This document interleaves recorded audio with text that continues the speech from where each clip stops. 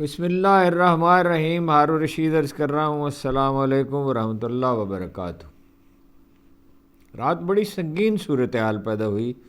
ایک تو تہران سے یہ اطلاع ملی کہ امریکہ حملہ کرنے والا ہے اور کسی وقت بھی حملہ کر سکتا ہے، کیونکہ نیتن یاہو اس پہ ڈٹرمنڈ ہیں اور امریکی لابی کا دباؤ، صہیونی لابی کا دباؤ بہت زیادہ ہے ڈونلڈ ٹرمپ پہ، اور وہ انہوں نے اتنا زیادہ اسلحہ وہاں پہنچا دیا ہے. یہ تو خیر پہلے بھی اطلاع آئی تھی.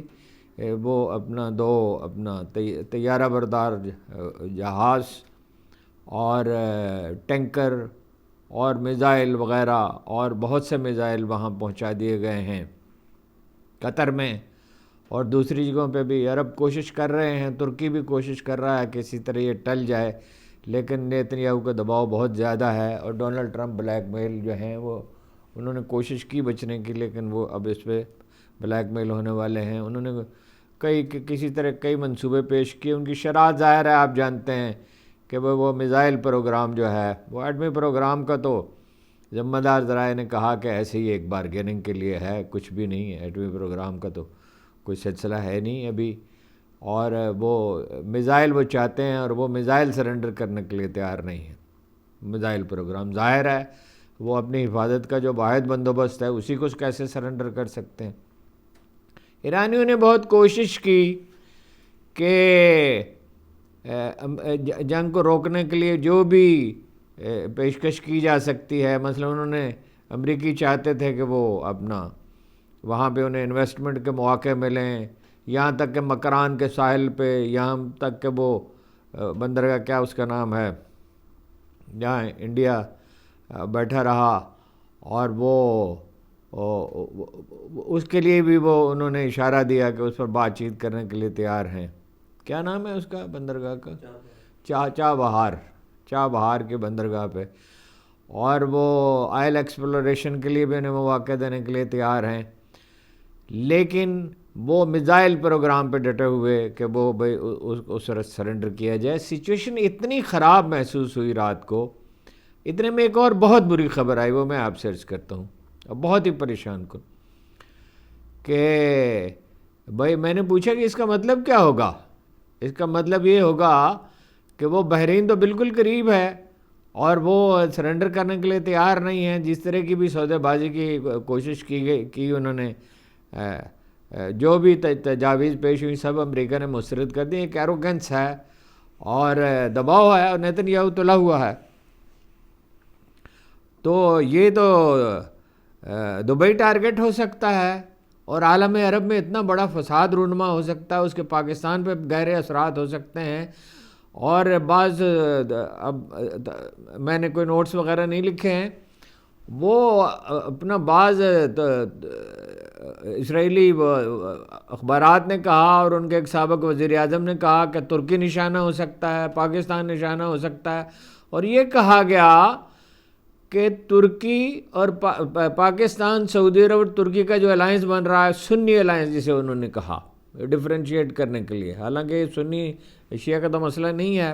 یہاں بعض احمق ہیں جو یہ کہتے ہیں کہ ایران جو ہے وہ اس کی مخالفت کرنی چاہیے، ایران اور امریکہ میں کوئی فرق نہیں. اللہ کے بندو، یہ عقائد کی بحث کا مسئلہ نہیں ہے.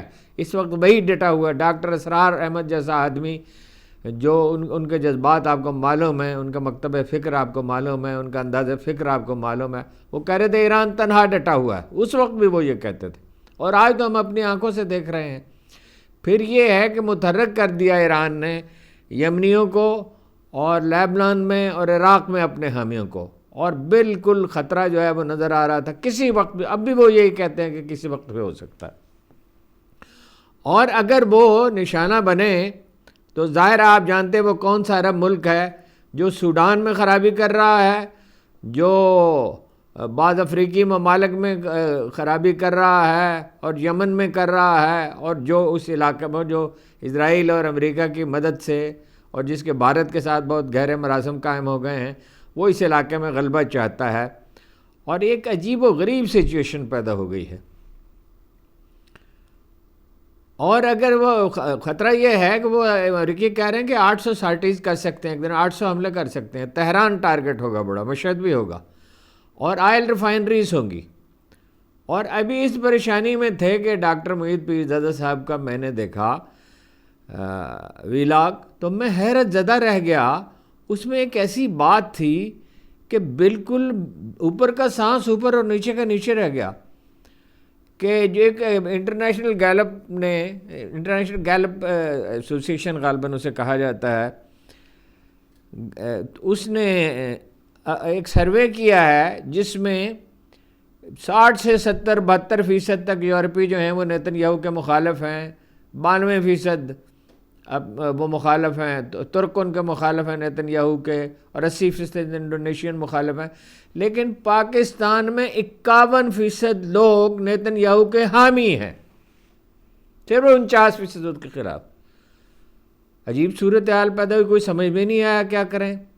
ڈاکٹر صاحب نے کہا کہ میں نے خود ایک سروے کیا ہے، کوئی قابل بات سمجھ میں نہیں آ رہی، تو جو 27 لوگوں نے جواب دیا تو 98 نے سخت وہ اس کا نفرت کا اظہار کیا نیتن یاہو سے اور اس کی پالیسیوں سے۔ اور یہ پاکستان میں جو سروے ہوا انہوں نے کہا وہ گیلپ پاکستان نے کیا ہے۔ اب ظاہر ہے رات ہو چکی تھی اور وہ لوگ اس وقت تراویح پڑھ رہے ہوتے ہیں یا اپنا سو چکے ہوتے ہیں، جو لوگ صبح اٹھ کے، بعض لوگ تہجد پڑھنے کے عادی ہیں، نوافل پڑھنے کے عادی ہیں، جو لوگ جن کا یہ شعار اور طریقہ ہے۔ تو میں نے بہت بے چینی میں ڈاکٹر اعجاز شفیع گیلانی صاحب کو میسج کیا کہ مہربانی کر کے اس کا جواب دیں۔ یہ تو ایک عجیب غریب صورتحال ہے، پاکستان میں 51% جو لوگ ہیں وہ اگر نیتن یاہو کی حمایت کریں تو اس کا مطلب کیا ہے؟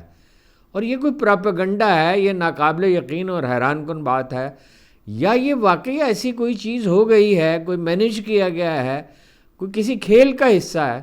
تو ان کا جو جواب آیا وہ تحریری جواب ان کے صاحبزادے نے دیا، جو دراصل اب بلال گیلانی صاحب وہ چلاتے ہیں۔ تو انہوں نے ایگزیکٹو ڈائریکٹر، انہوں نے کہا کہ گیلپ انٹرنیشنل ایسوسیشن نے ایک عالمی سروے جاری کیا ہے جس میں متعدد بین الاقوامی رہنماؤں کی منظوری یعنی اپروول اور ناپسندیدگی کی درجہ بندی پوچھی گئی۔ اس سروے میں صرف نیتن یاہو کے بارے میں نہیں تھا، بہت سے عالمی رہنماؤں کے بارے میں۔ اس سروے میں 61 سے زیادہ ممالک کے نتائج شامل ہیں۔ رپورٹ نہایت تفصیلی ہے اور اسے گیلپ انٹرنیشنل اور گیلپ پاکستان کی ویب سائٹ پر مکمل طور پر دیکھا جا سکتا ہے۔ اس رپورٹ کا ایک حصہ اسرائیلی وزیر اعظم نیتن یاہو کے بارے میں ہے، بنیامین نیتن یاہو سے متعلق ہے۔ زیادہ تر اخبارات اور میڈیا کو کوریج میں اس رپورٹ کی درست تشریح کی گئی، تاہم پاکستان کے ایک ویلاگر نے اپنی جانب سے یہ نتیجہ اخذ کیا کہ چونکہ 49% نے ناپسندیدگی ظاہر کی ہے، 49% پاکستانیوں نے نیتن یاہو کے بارے میں ناپسندیدگی ظاہر کی ہے، لہذا باقی تمام فیصد یعنی 51% لازماً اپروول پر مشتمل ہے، یعنی وہ اس کی حمایت پر، نیتن یاہو کی حمایت پر مشتمل ہے۔ یہ نہ صرف غلط ہے بلکہ ایک ناقابل فہم بات ہے، کیونکہ اعداد و شمار واضح طور پر الگ زمروں میں پیش کیے گئے تھے۔ اصل اعداد و شمار یہ ہے 18% نے موافق رائے دی، اور وہ موافق رائے کی بھی میں ابھی تشریح کرتا ہوں۔ 18% بھی حامی نہیں ہے، وہ ڈاکٹر صاحب اللہ نتیجہ ٹھیک ہے، 98% جو ہے نیتن یاہو کے خلاف۔ 49% یہ 2% وہ ہیں جو پاکستان کے مخالف ہیں، وہ آپ کو پتہ ہے، وہ 2 چھوٹے چھوٹے گروپ ہیں، اور وہ ظاہر ہے وہ کبھی انہوں نے پاکستان کو قبول نہیں کیا، وہ کو مینیج بھی کیا جا سکتا ہے۔ 49% نے ناموافق رائے دی، 32% نے کہا معلوم نہیں۔ یہ معلوم نہیں کون ہے؟ جو نیتن یاہو کو جانتے ہی نہیں۔ دیہات میں ظاہرہ پوچھا گیا ہوگا، کچی آبادیوں میں پوچھا ہوگا، آبادی کے تمام طبقات سے پوچھا جاتا ہے۔ ناموافق رائے رکھنے والے افراد موافق رائے رکھنے والوں سے تقریباً 2.7 گنا زیادہ ہے، 270% زیادہ ہے۔ معلوم نہیں، جن لوگوں نے کہا معلوم نہیں یعنی کوئی رائے نہیں دی، اس کی درست تشریح کیا ہے؟ 32% لوگ کہ وہ دلچسپی یہ نہیں ہے کہ انہیں دلچسپی نہیں تھی، یہ اس کے حق میں تھے یا اس کو اہمیت نہیں دیتے تھے، وہ بڑی تعداد نیتن یاہو کے نام سے واقف ہی نہیں تھی۔ یہ ہے سارا قصہ۔ اب آپ جمع کریں 49% اور 32%، تو بات واضح ہو گئی۔ اس لیے وہ سوال کا جواب نہیں دے سکے۔ اگر ان جواب دہندگان کو نکال دیا جائے، یعنی ان 32% کو جو اسرائیلی وزیر اعظم کا نام نہیں جانتے اور اس وجہ سے سوال کا جواب نہیں دے سکے، تو تصویر بالکل واضح ہو جائے گی۔ قریب 3/4 پاکستانیوں نے اسرائیلی وزیر اعظم کے بارے میں 2 ٹوک انداز میں 3/4 پاکستانیوں نے 2 ٹوک انداز میں ناموافق رائے دی۔ یہ نتائج پاکستان کے مجموعی عوامی جذبات کے تناظر میں دیکھنے چاہیے۔ 9 فروری 2026 کو الجزیرہ نے ایک سروے رپورٹ کیا تھا جو دراصل گیلپ پاکستان کی جانب سے کیا گیا تھا۔ اس سروے کے مطابق 73% پاکستانیوں نے غزہ میں بین الاقوامی امن کمیشن کے تحت پاکستانی فوجی دستے بھیجنے کی حمایت کی، صرف 6% نے مخالفت کی۔ اب یہ اور ایک بڑا دلچسپ معاملہ ہے، باقی نے کوئی رائے نہیں دی، غیر یقینی تھے۔ یہ نتائج دراصل یہ واضح کرتے ہیں کہ پاکستانی عوام کی اکثریت غزہ اور فلسطینی عوام کے حق میں مضبوط جذبات رکھتی ہے۔ وہ سمجھتے ہیں کہ پاکستانی فوج جائے گی تو ان کا کوئی تحفظ ہو سکے گا۔ یہ سوالات کو دیکھنا ہوتا ہے، پرسپیکٹو کو دیکھنا ہوتا ہے، تب تصویر واضح ہوتی ہے۔ بعض اوقات ایک گمان ہوتا ہے اور اس سے جلد بازی میں بعض اوقات ایسا نتیجہ اخذ کر لیا جاتا ہے کہ غلط فہمی پھیلتی ہے۔ میں نہیں سمجھتا کہ ڈاکٹر صاحب نے دانستہ ایسا کیا، لیکن یہ کہ گمان سے انہوں نے کام لیا، اور میرا خیال ہے وہ تو اتنی محنت کرتے ہیں اور اتنی کوشش کرتے ہیں، انہیں رابطہ کرنا چاہیے تھا۔ میں تو رات کو میری نیند ہی خراب ہو گئی اس سے، جلد مجھے سونا تھا اور نیند خراب ہو گئی اس سے۔ اعداد و شمار وہ کہتے ہیں، بلال گیلانی کہتے ہیں، ایگزیکٹو ڈائریکٹر گیلپ پاکستان کے، اعداد و شمار بالکل واضح ہیں۔ معلوم نہیں کو منظوری میں شامل کرنا سادہ ریاضی اور تحقیقاتی دیانت کے خلاف ہے۔ درست تعبیر یہ ہے کہ واضح رائے رکھنے والوں میں تقریباً 3/4 سے زیادہ نے ناموافق موقف اختیار کیا۔ رپورٹ مکمل، تفصیلی اور غیر مبہم ہے، اس کے باوجود غلط نتیجہ اخذ کیا گیا۔ رپورٹ میں ایک نہایت واضح جدول ٹیبل موجود ہے جس میں علیحدہ علیحدہ طور پر منظوری، ناپسندیدگی، نمبر 1 منظوری، نمبر 2 ناپسندیدگی، نمبر 3 معلوم نہیں، نمبر 4 اور خالص درجہ بندی، نیٹ ریٹنگ واضح انداز میں دی گئی ہے۔ اتنی وضاحت کے باوجود غلط تعبیر پیش کرنا افسوسناک ہے۔ 18% کی جو مثبت رائے ہے اس کی بھی انہوں نے وضاحت کی۔ وی لاگ میں یہ کہنا کہ 51% پاکستانیوں کی رائے اسرائیلی وزیر اعظم کے بارے میں مثبت ہے، یہ درست نہیں ہے، یہ بے بنیاد ہے۔ رپورٹ میں واضح طور پر درست عدد 18% ہے۔ یہ کہنا کہ 51% پاکستانیوں کی رائے اسرائیلی وزیر اعظم کے بارے میں مثبت ہے بے بنیاد ہے۔ رپورٹ میں واضح طور پر درست عدد 18% ہے۔ رپورٹ آپ کے ساتھ بھی شیئر کی جا چکی ہے اور یہ گیلپ انٹرنیشنل اور گیلپ پاکستان دونوں کی ویب سائٹس پر دستیاب ہے، آپ خود بھی ملاحظہ کر سکتے ہیں۔ کہیں بھی 51% درج نہیں، یہ عدد نہ صرف رپورٹ میں موجود نہیں بلکہ سراسر غلط ہے۔ ایسا لگتا ہے کہ کہیں کسی نے کوئی شرارت کی ہے، دانستہ تو مجھے توقع نہیں ڈاکٹر صاحب ایسا کریں۔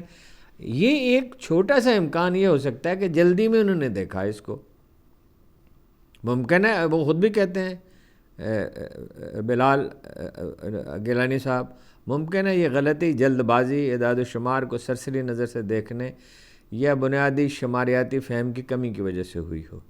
البتہ یہ سوال اٹھانا بالکل بجا ہے کہ ایک مسلمان ملک میں، خصوصاً ایسے ملک میں جہاں غزہ کے ساتھ جذباتی وابستگی اس حد تک موجود ہے کہ حالیہ سرویز کے مطابق ہر 10 میں سے تقریباً 7 افراد غزہ کے عوام کے تحفظ کے لیے فوج بھیجنے کی حمایت کرتے ہیں. غزہ کے عوام کے تحفظ کے لیے، یہ واضح رہنا چاہیے. دیکھیے، اعداد و شمار کی دنیا اور سروے کی دنیا اور ہے، جذبات کی دنیا اور ہے. ٹھوس حقائق جو ہیں وہ ان کی تعبیر اور طرح سے کی جاتی ہے. جذبات کی بات ہے. ہم چونکہ سب بھی جان کا شکار ہیں اس وقت، تقریباً سب کے سبھی، اس لیے بعض اوقات مغالطے پیدا ہوتے ہیں. بہرحال ایسا مغالطہ جو دہلا کے رکھ دے، یعنی پاکستانی عوام نیتن یاہو کی حمایت کرنے لگے، تو کتنی عجیب بات ہے. بطور ریسرچرز بلال گیلانی کہتے ہیں، ہم نے پہلے بھی اس پہلو پر غور کیا ہے کہ کچھ افراد آخر کس بنیاد پر یہ رائے رکھتے ہیں. بعض اوقات عوام کسی، یعنی نیتن یاہو کے بارے میں جو چند لوگوں نے اس کے حق میں رائے دی، بعض اوقات عوام کسی رہنما کے بارے میں مثبت رائے اس بنیاد پر دیتے ہیں جسے وہ ذاتی طور پر برا سمجھتے ہیں، مگر وہ سمجھتے ہیں کہ اس رہنما کی پالیسیاں، یہ طرز قیادت اس ملک کو اندرونی طور پر تقسیم کرے گی. اس رہنما کی پالیسیاں، یہ طرز قیادت بین الاقوامی اس ملک کو اندرونی طور پر تقسیم کرے گی، بین الاقوامی سطح پر تنہائی کا شکار کر دے گی، یہ اس کی ساکھ کو نقصان پہنچائے گی. ایسی صورت میں مثبت ریٹنگ دراصل نظریاتی ہم آہنگی کا اظہار نہیں ہوتی، بلکہ ایک جیو پولیٹیکل یا تصویراتی تاثر کی عکاسی کرتی ہے. مثال کے طور پر، ماضی میں چین اور روس میں بڑی تعداد نے ڈونلڈ ٹرمپ کے لیے مثبت رائے کا اظہار کیا. یہ بڑی عجیب بات ہے. یہ جو سروے کی سائنس ہے، اس کو سمجھنا چاہیے، اس پہ غور کرنا چاہیے، اس لیے کہ آج کی دنیا کی یہ بنیادی ضرورت بن گئی ہے. اس کے بغیر درست تجزیے نہیں ہو سکتے. باقی تو جذباتی تجزیے ہیں، درست بھی ہو سکتے ہیں، لیکن یہ ہے کہ وہ تو اصل چیز تو بنیادی اعداد و شمار ہیں، اگر وہ صحیح سوالات کیے جائیں اور صحیح پرسپیکٹو میں بات کی جائے. چین اور روس میں بڑی تعداد نے صدر ڈونلڈ ٹرمپ کے لیے مثبت رائے ظاہر کی تھی، اس بنیاد پر کہ ان کے نزدیک ٹرمپ کی پالیسیاں امریکہ کو عالمی سطح پر کمزور کریں گی. یہ حمایت ضروری نہیں کہ نظریاتی ہم آہنگی پر مبنی ہو، بلکہ جیو پولیٹیکل مفاد یا تاثر پر مبنی ہو سکتی ہے. دوسرے الفاظ میں، ممکن ہے کہ وہ 18% افراد جو اسرائیلی وزیر اعظم کے بارے میں مثبت رائے ظاہر کر رہے ہیں، وہ یہ سمجھتے ہوں کہ اگر وہ اسرائیل کی قیادت میں برقرار رہتے ہیں، اقتدار میں رہتے ہیں، تو اسرائیل کی جارحانہ پالیسیوں، دوہرے معیار اور سخت طرز عمل کی بنیاد پر سخت طرز عمل کی نوعیت دنیا پر مزید واضح ہوگی، جس کے نتیجے میں عالمی دباؤ بڑھے گا اور بالآخر خطے میں امن اور فلسطینی عوام کے لیے بہتر نتائج سامنے آئیں گے. 50 برس سے زائد عرصے پر محیط عوامی رائے کے مطالعے کا ہمارا تجزیہ یہ بتاتا ہے، یہ بات درست ہے، 83 میں غالباً یہ شروع ہوا تھا غالب، میں اس وقت سے دیکھتا ہوں، بیچ میں کچھ عرصہ رابطہ نہیں رہا، تو یہ تو 39 برس تو ہو گئے، زیادہ ہو گئے، 41 برس ہو گئے.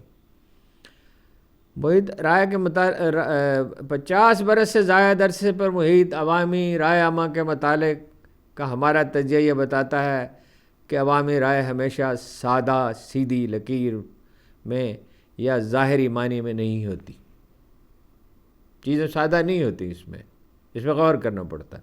یہ بسا اوقات عوام کی سوچ ہمارے ابتدائی مفروضات سے زیادہ پیچیدہ، سیاق و سباق سے جڑی ہوئی اور حکمت پر مبنی ہوتی ہے. حقیقت یہ ہے کہ سروے کے نتائج اسرائیلی وزیر اعظم کے بارے میں نہایت واضح اور دو ٹوک ناپسندیدگی ظاہر کرتے ہیں، اور جو تاثر دیا گیا ہے وہ درست نہیں. کچھ اس میں ایک آدھ ذرا سخت لفظ استعمال ہوا تھا، ظاہر ہے انہیں رنج پہنچا ہے، ہاں جی، اور مغالطہ ہے. اس سارے قصے کا حاصل کیا ہے؟ مغالطہ ہے، اور مغالطے کو دور کرنا چاہیے. امید ہے ڈاکٹر صاحب خود بھی دور کر دیں گے، اور ظاہر ہے وہ کوئی خدا نخواستہ نیتن یاہو کے حامی تو نہیں ہے، وہ تو سب جانتے ہیں ڈاکٹر معید زیادہ کا طرز فکر کیا. لیکن غالب کے بارے میں یہ گمان انہیں نہیں کرنا چاہیے تھا. میں نے غالب کی بعض پالیسیوں سے یہ ایک الگ بحث ہے اور یہ اس کا کوئی موقع نہیں ہے کہ اس پہ بات کی جائے. اختلاف کیا ہے ان کے بعد سروس پہ اعتراض کیا ہے کہ سوالات کی نوعیت یہ نہیں ہونی چاہیے تھی. لیکن ڈاکٹر اعجاز شفیق گیلانی صاحب کو میں بہت طویل مدت سے جانتا ہوں, 50 برس سے بھی زیادہ ہو گئے غالباً. تو 50 برس تو کم از کم ہو گئے جب وہ ایک نوجوان آدمی تھے. میں ان کے بارے میں اس وقت سے جانتا ہوں, وہ Punjab university Karachi university union کے صدر تھے اور ان کا تاثر بہت اچھا تھا. دیکھیے ان کی رائے سے اختلاف ہو سکتا ہے, ان کے اپروچ سے اختلاف ہو سکتا ہے, ان کے طرز احساس اور طرز ادراک سے احساس ہے. لیکن یہ میں نے کئی دفعہ کہا ہے کہ وہ فگر فج نہیں کر سکتے, وہ اسحاق ڈار نہیں ہیں, وہ جعلی اعداد و شمار مرتب نہیں کر سکتے, اور اس سلسلے میں تو سوال ہی نہیں پیدا ہوتا. تو یہ ایک وضاحت ضروری تھی اور ایران کی صورتحال پہ بھی بات کرنا ضروری تھا.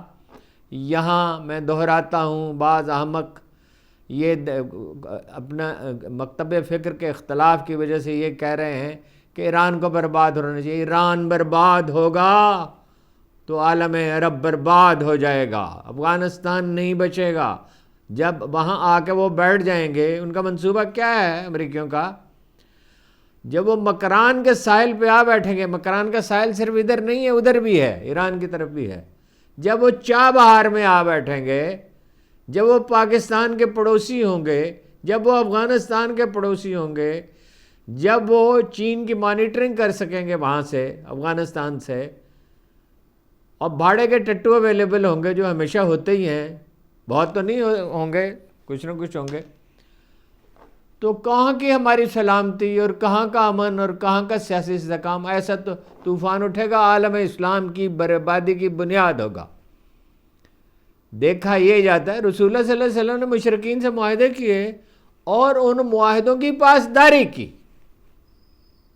جب مکہ جانا تھا, او بھائی ہمارے مسلمان بھائی ہیں, وہ ڈٹ کے کھڑے, عرب تو نہیں کھڑے ہوئے, باقی تو عالم اسلام سویا رہا. اور میں معافی چاہتا ہوں, بعض لیڈروں نے اور بعض حکومتوں نے پرلے درجے کی بے غیرتی کا مظاہرہ کیا اور جھک گئے. ایسی بزدلی, اتنے چھچورے پن, اتنی سطحیت, اتنے خوف کا مظاہرہ کیا کہ پورے عالم اسلام میں مایوسی پھیلا دی, امریکہ کو دیوتا کا خدا بنا دیا.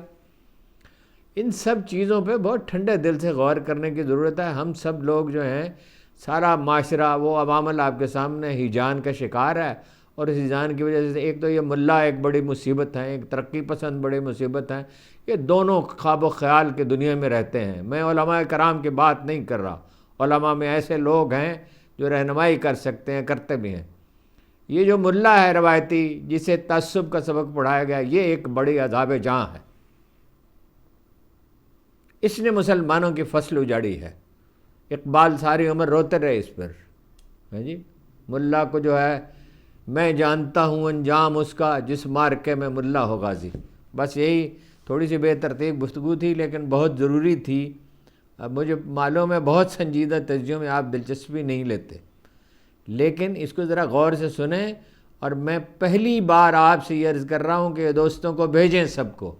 یہ بہت نازک موضوعات ہیں, اس پہ پاکستان کے مستقبل کا بھی انحصار ہے, عالم عرب کے بھی مستقبل کا انحصار ہے, صرف ایران کا نہیں ہے, اور پورے عالم اسلام کے مستقبل کا انحصار ہے, اور دنیا کے مستقبل کا انحصار ہے.